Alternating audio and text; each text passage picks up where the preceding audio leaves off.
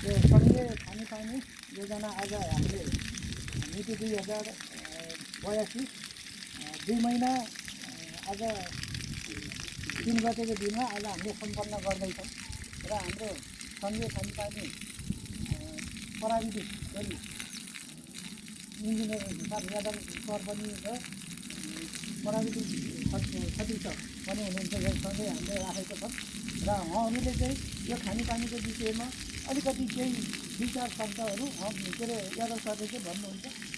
Yadav sir के छ यो खानेपानी कसरी पऱ्यो र हामीले यो कुमाल बस्तीलाई चाहिँ कसरी जमाएर चाहिँ खाना चाहिँ के अरे खानालाई चाहिँ हामीले सकिन्छ सर एकपल्ट भनिदिनु सर।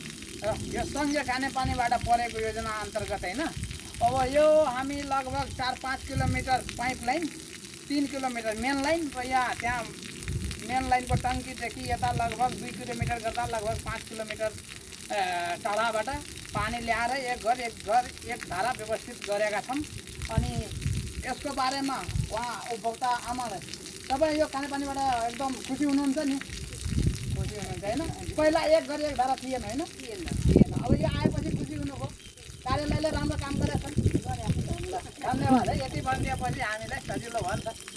यसमा चाहिँ मैले यो सङ्घीय खानेपानी जुन यो योजना चाहिँ पार दिनुभयो उहाँलाई धेरै धेरै धन्यवाद छ। र म मेन कुरा म उपभोक्ता समितिको अध्यक्षको हैसियतले म यहाँको कुमाल गाउँवासी 200 घर धेरै कुमाल गाउँवासीलाई म धेरै धेरै धन्यवाद दिन चाहन्छु। उहाँहरूको मिहिनेत र उहाँहरूको चाहिँ के अरे सल्लाहले यहाँसम्म हामी आउनलाई चाहिँ सफल भइयो र अझै पनि यस कुमाल गाउँ दाजुभाइ दिदीबहिनीहरूलाई म धेरै धेरै धन्यवाद दिन चाहन्छु। र यस्ता अप्ठ्यारा गाह्रो कुराहरू अझै पनि छन् भने हामीसँग बसेर सहकार्य गर्दै जाऊँ र अवश्य पनि हामीले चाहिँ यो सुविधा हामीले चाहिँ उपलब्ध गराउन सक्छौँ।